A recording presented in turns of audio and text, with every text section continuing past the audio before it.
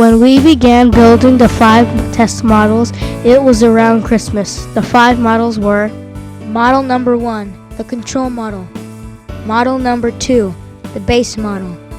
Model number 3, a modified base model. Model 4, the test model. And Model 5, a modified test model.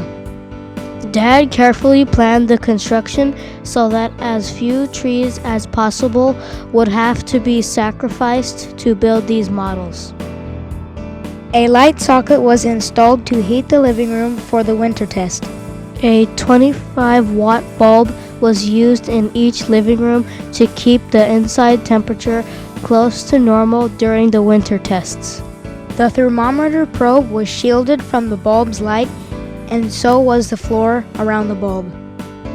The displays for the thermometers were mounted on the outside of the models just under the peaks. All the joints and cracks were sealed with caulk.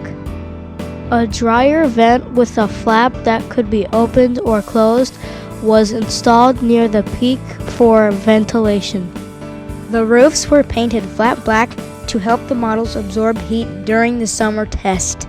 Rope handles were attached on both sides of the models so we could move them around easily. We put all 5 models on a 4x8-foot flat trailer.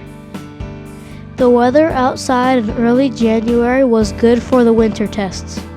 We began the test at 5:30 p.m. when the temperature began to drop quickly. We recorded the temperatures, then plugged in the bulbs to begin heating the living room. We recorded the temperatures inside the models and the outside temperature every hour until 10:30 p.m. and then again at 6:30 in the morning before the sun came up. We did this for 2 nights.